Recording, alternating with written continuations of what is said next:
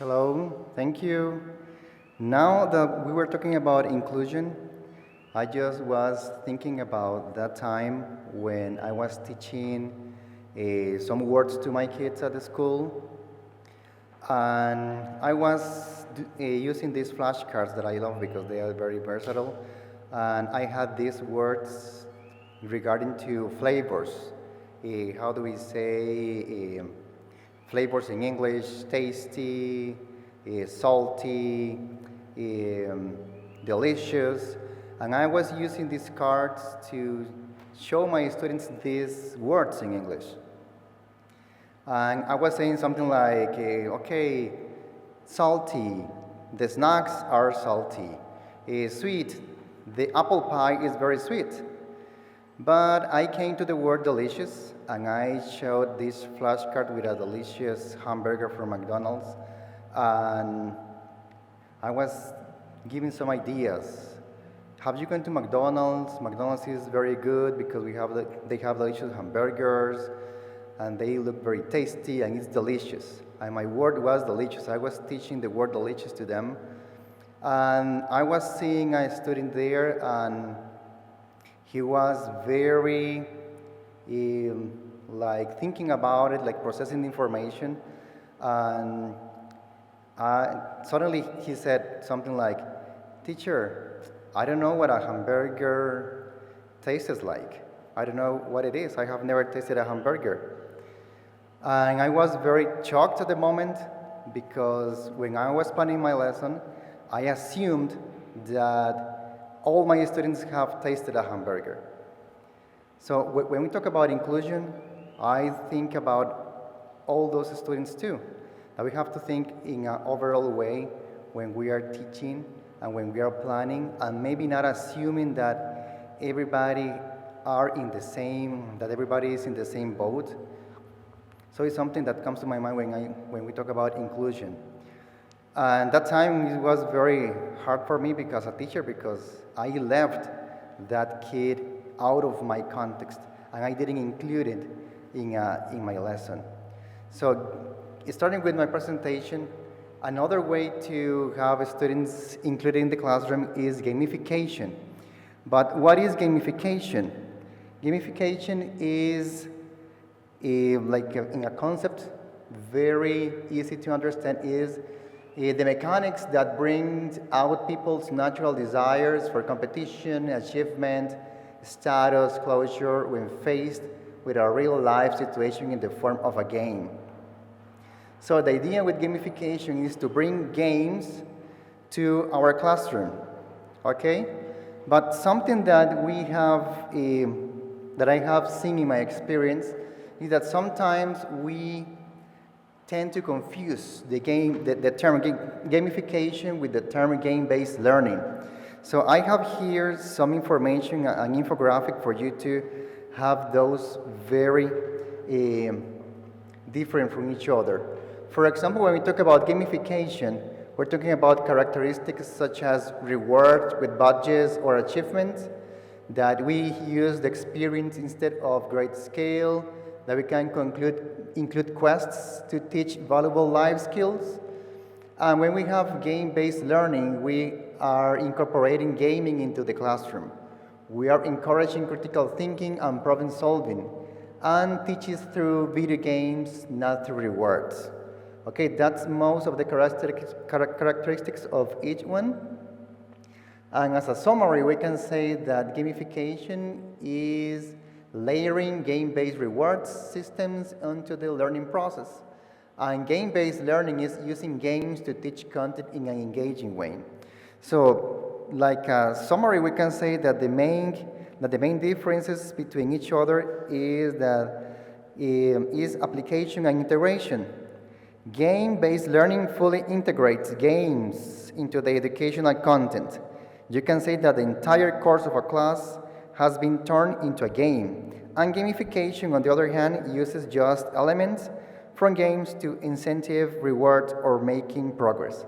So the idea is to understand that gamification is, for example, when I bring a game that is not very used in educational terms into the classroom. For example, the hopscotch, that we have played many times, the hopscotch. So we can bring to the classroom, we can make some adaptations and play in the classroom and teach something. And maybe with regarding with points, with a chocolate, etc. And game-based learning is when I, as a teacher, we designed a completely different game, brand new game, that has the purpose to specifically teach something. And that game is made for that specific purpose. Okay? That is the difference between gamification and game-based learning. For example, here you have Class Dojo, that is a gamification app. Very nice to use for pre-K children because it has badges, it has points, it has many things.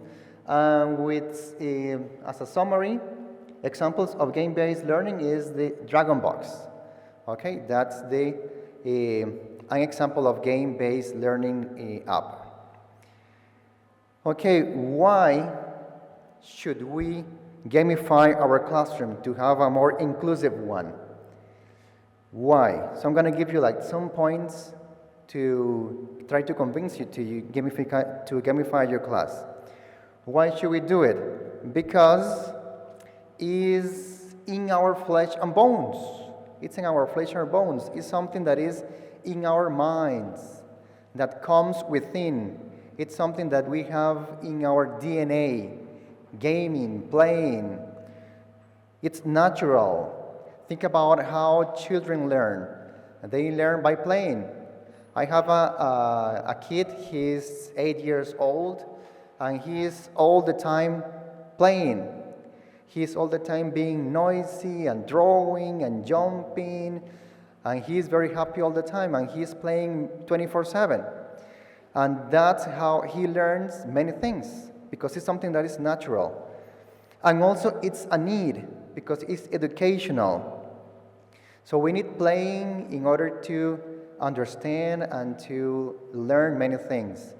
That's why it's in our flesh, our bones. And it comes, it's in our DNA, and it's since always, since we were born, since the very early ages in history, gamification is there, because it also is something that we enjoy.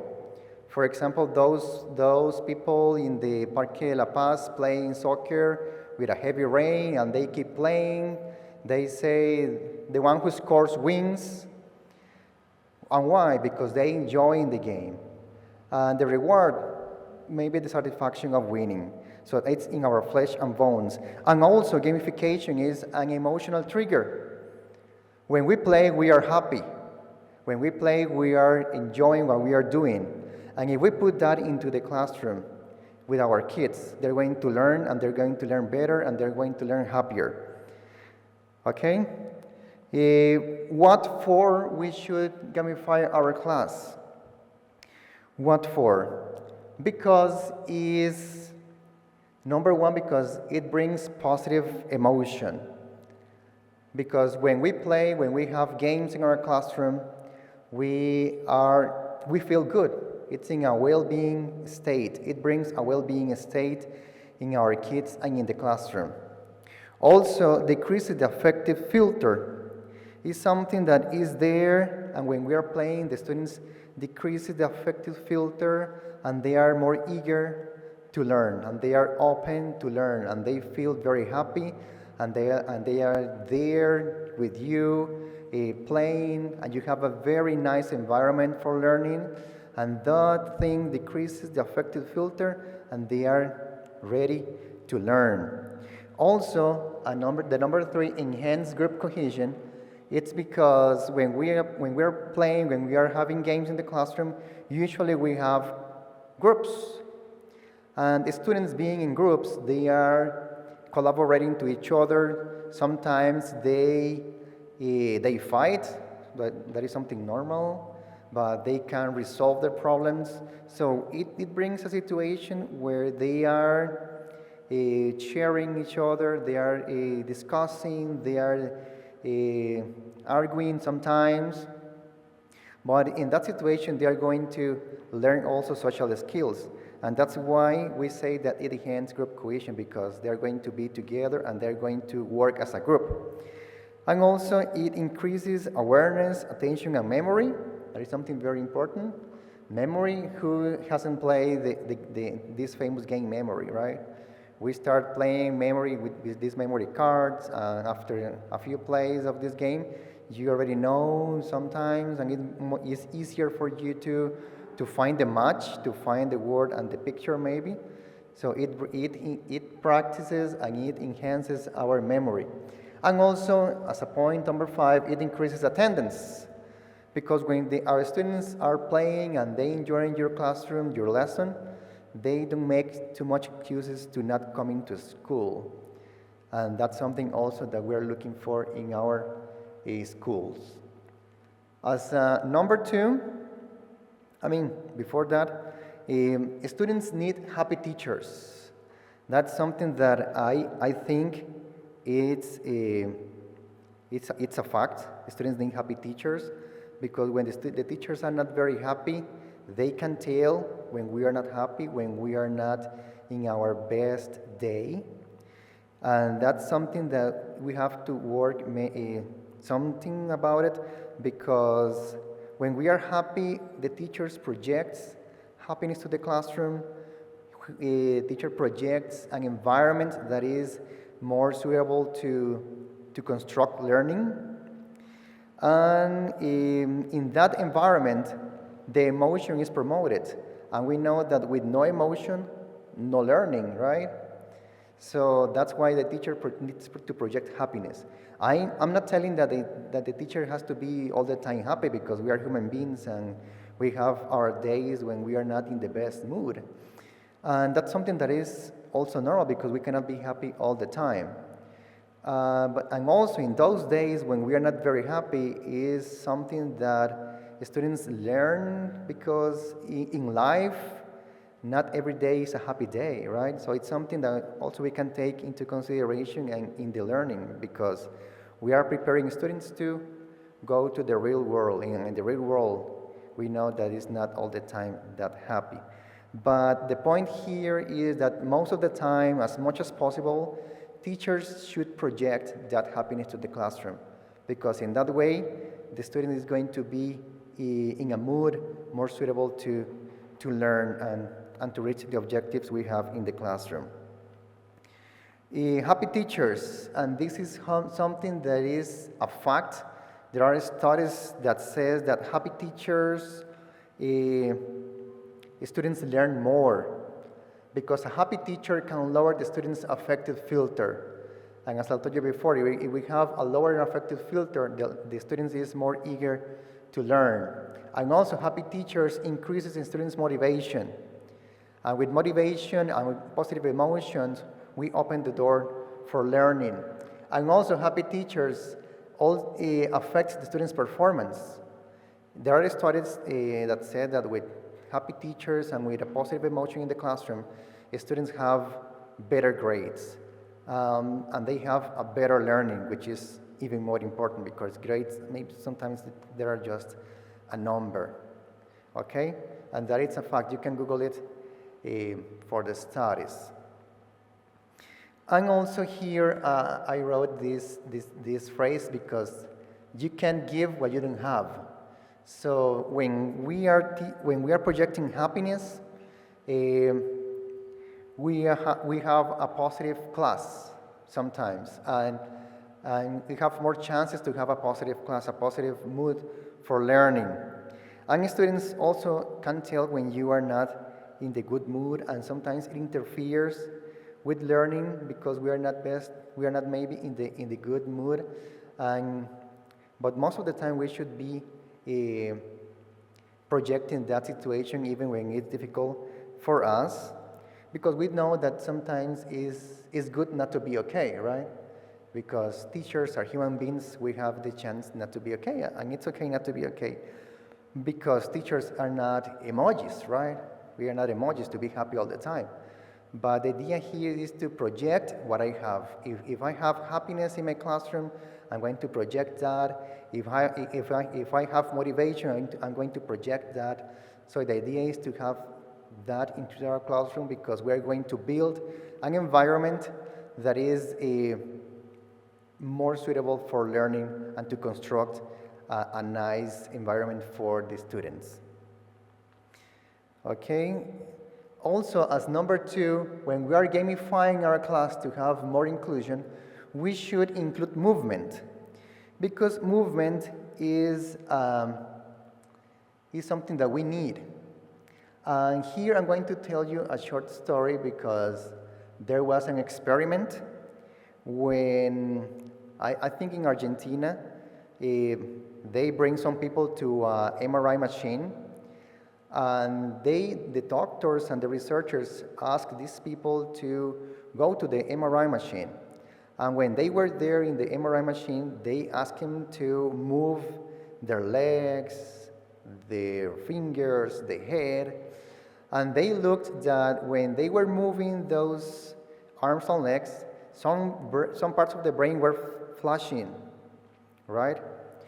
And then they asked them to think about or to picture some 3D image in their heads, like to move 3D objects in their heads, and they saw that the same parts of the brain were flashing. So they conclude that movement and learning for the brain is pretty much the same. And that's something that is very important for us as a teacher, because if movement and learning is pretty much the same for the brain, so we have to include movement in our classroom, right? And the idea of a teacher would be to have that dance in our classroom, to have a movement, to have a learning activities in our classroom, because in that way we're going to have more chances of success when learning.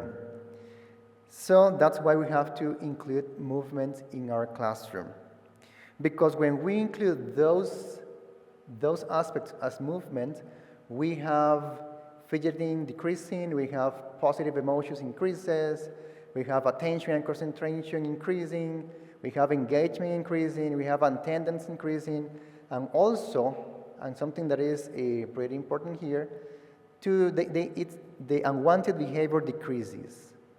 And that's something that we have in our classroom when we have some kind of kids that have some behavioral problems. So if we include movement, probably we will solve that problem.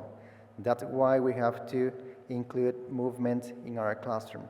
But not only the movement that we can see, also the movement that is not visible.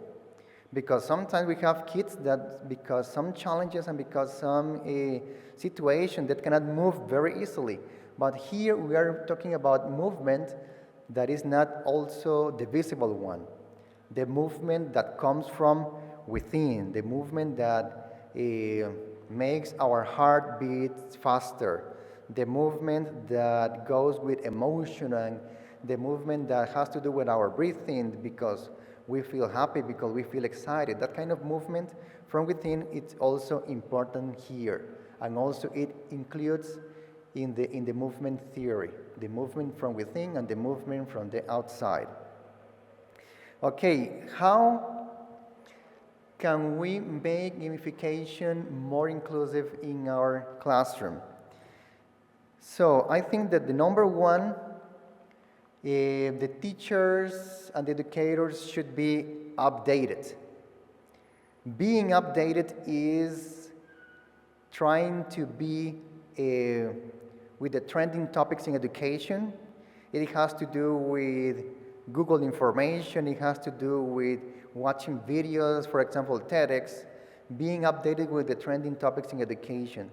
Because we have children today, and the children from today is not the same the children from 10 years ago, 2 years ago, 20 years ago, 30 years ago.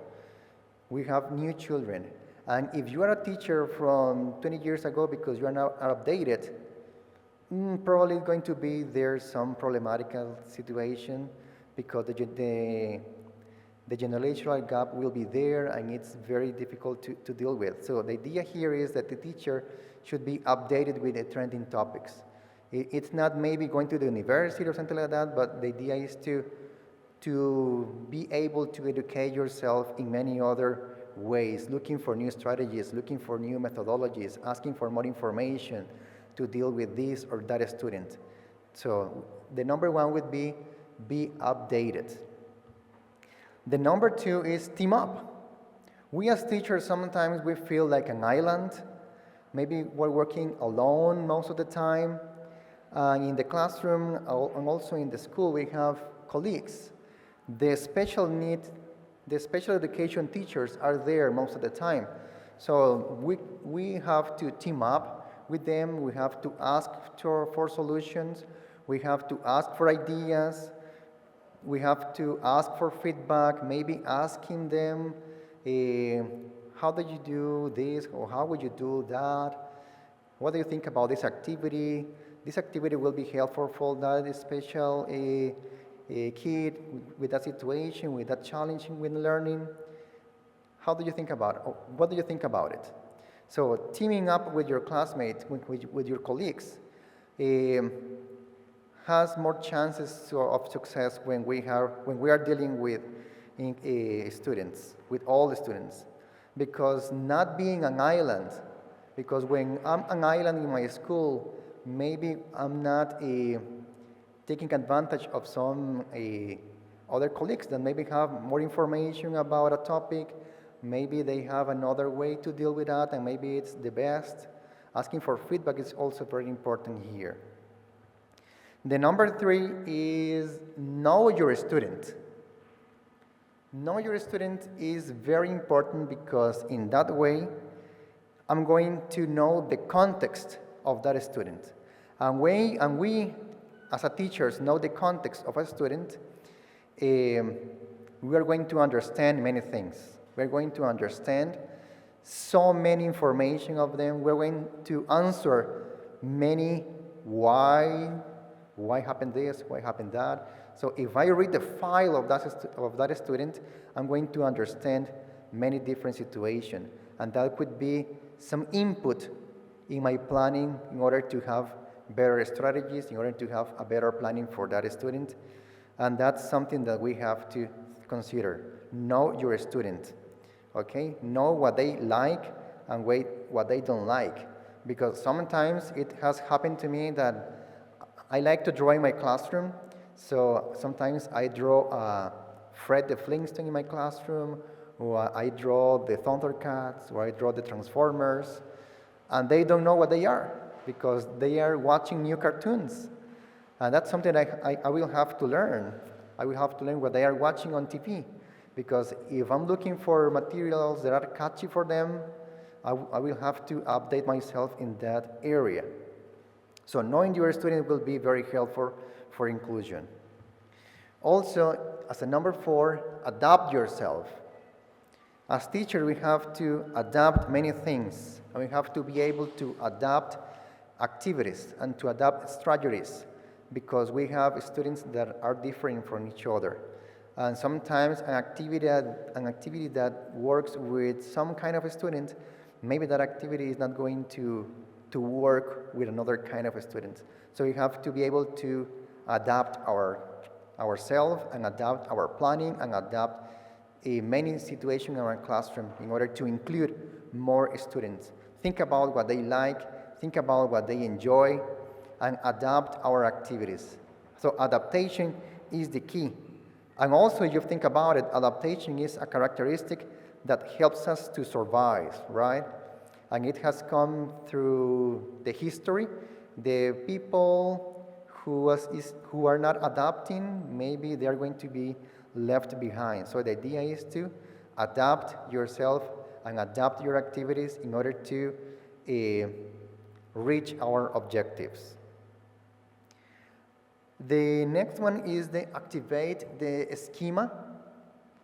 We know the schema activation is very important when we are teaching. And sometimes when we have students with some challenges when learning, So activate the schema once, twice, 3 times, 4 times, 5 times. We will have to do it because sometimes they need to review some concepts and they need to review some ideas in order to proceed with the next one and in order to do the corresponding scaffolding. So be sure that everyone has what it takes to reach the objectives. So activation of schema maybe is a crucial part here if we want to go with the step number 2, okay? That would be very helpful for the student that we are including to activate the schema as much as possible in order to be able to step with the step number 2. Another thing, another advice here would be to provide clear instructions. That would be our number 6, to provide clear instructions. And in this part, it's very important that when we are giving instructions, maybe modeling is a good idea when we are giving clear instructions. So model what you want them to do. For example, we can say the instructions in the classroom and we can ask them, Luis, what do you have to do? Luis, come here and model what the conversation. Come here and let's do what you have to do. So modeling is a key because sometimes we have students that they are visual. Maybe when we speak and we say the instructions in a spoken way, they understand, but maybe they need the visual part to understand completely my instructions. So modeling here, I think it's important when we are including students. Also, check on timing. When we are planning gamifying activities, maybe in my planning I have 2 or 3 activities, and sometimes we have to be able to have a shorter activities, so maybe of having 2, maybe I'm going to have 1, because that student with with some challenges when learning, I have to think about him, so maybe a shorter activity would be best for him. And also we have to be able to observe what we are doing in the classroom and to be able to see if they are enjoying the classroom activity, if they are enjoying what they are doing, if they are getting bored. So we have to be able to switch activities. So most of the time it's important to have activities in order to be flexible, right? In order to have the chance to switch to one activity or to switch to other one in case we see that the timing is getting done, or in case we see that the activities we have to switch in order to keep the attention, okay? Another piece of advice here is to encourage student tutoring. We always have that student that is eager to help others and that is eager to sit with one classmate and to help him with the activities. So take advantage of that. If you have that student, maybe sometimes you can ask him to help the other kid that is having more problems with the activity.